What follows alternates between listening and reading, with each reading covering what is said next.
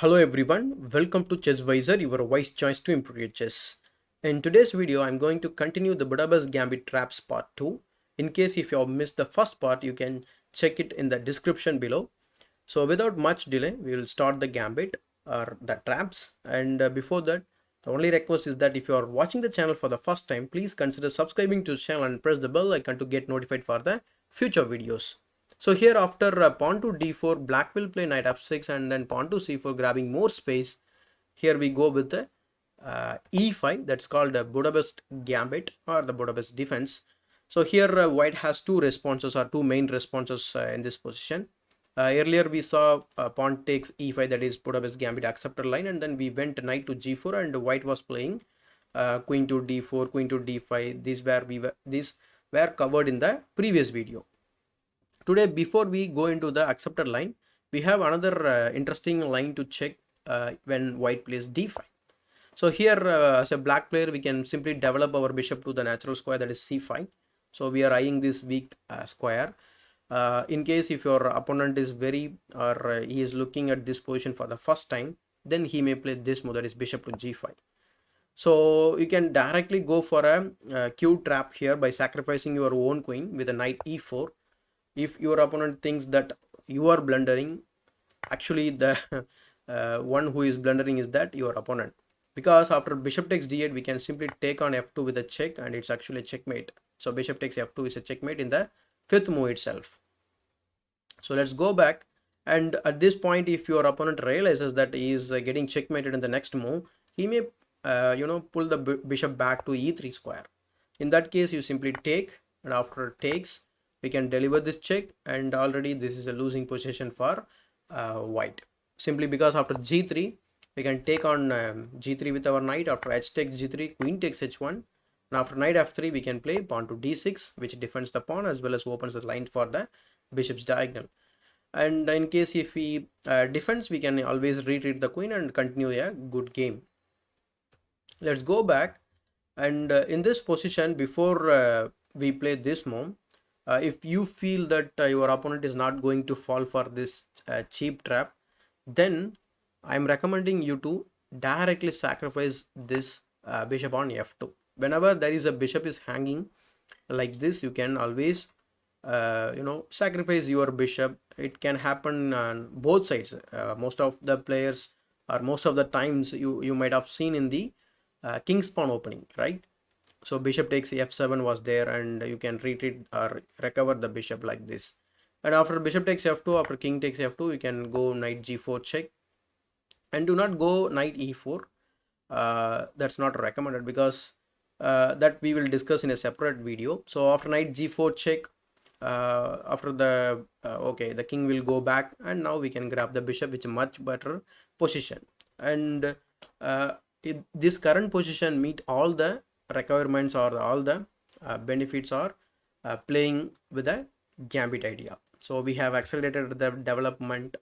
Okay, we even disturbed his castling rights. So much things we have gained in the even we have not reached even 10th move of the game, just the 6th move of the game.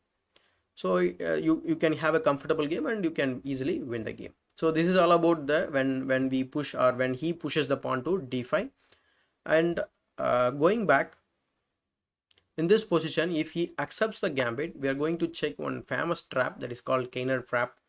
So after d takes e5, we are going to play knight to g4, the same move.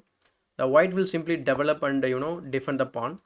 At this point, if you feel okay, I can go for even a cheap trap, then you can definitely play this move, that is d6. White will simply grab the free pawn, and after bishop takes d6, and if your opponent is annoyed by this knight which is sitting on g4, he may play this move h3. Then you can play this amazing sacrifice move, that is knight takes f2, hitting both the major pieces, that is rook and the queen. Then after king takes f2, you can deliver this check, bishop to g3 check, and the king cannot go back as the bishop is attacking the diagonal. So king has to accept this sacrifice, and now we can simply win the queen and the game. So let's go back and check another variation. So we may not face this kind of cheap traps, or another trap when your opponent is follows the opening principles, like he develops and defends. So similar kind of variation we are going to check now. Say for example, naturally we are going to add more attackers, right? So whenever a pawn is hanging, or you want to recover a pawn, we are going to add the attacker. Similarly, your opponent will try to more or try to add more defenders, right? So bishop f4, and now you give this check, bishop to b4 check. Idea is very simple. Even if you do not get the pawn in return, we are going to castle. We may even sacrifice another pawn to accelerate our development, and we may have a good game later. So here there are two responses from black side, sorry, the white side. So one is knight c3, another one is knight bd2. Because knight c3 is the right way to continue this game actually. In case if he plays knight to b2, sorry, d2, so now our trap arises here. So we have added two attackers, he has added two defenders. Now it's time to add the third attacker via queen e7.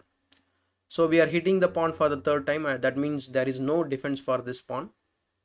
After this move, he may think about kicking one of these pieces, right? So in case, say for example, if he kicks the bishop, to his surprise, we are not going to move the bishop away, and we are going to ignore the threat, and we are going to play this move, that is knight g takes e5. You can take with any one of the knight, both are going to work in the same manner. So knight g takes e5, and in case if your opponent is greedy, then he will go for the bishop. Then you can deliver this beautiful smothered checkmate like this. Knight d3 is a checkmate. So let's go back, and in this position, if white takes the knight, you can simply take back with your own knight, and after this still the same problem persists. So he cannot even touch the bishop, so same thing will happen. So what he will do, he will simply try to create some escape square. So say for example, he will play e3. In that case, we can simply play a takes b4, sorry, bishop takes d2 check, and after that queen takes d2, and after d6, black is okay in the position. And usually okay, we are going to simply castle. The bishop is going to come to d7 or e6, depending upon the situation or the scenarios, or how white is going to perceive this opening. So we will be playing all these moves. So there is no problem. I don't think any problem for black in this position. Even if he doesn't fall for the trap, we are okay. So how do you see this gambit, whether it is going to work or not? Please let me know in the comment section below. In case if you like this video, give it a thumbs up, and if you are watching the channel for the first time, consider subscribing to the channel and press the bell icon to get notified for the future videos. As usual, this is Chess Visor, your wise choice to improve your chess.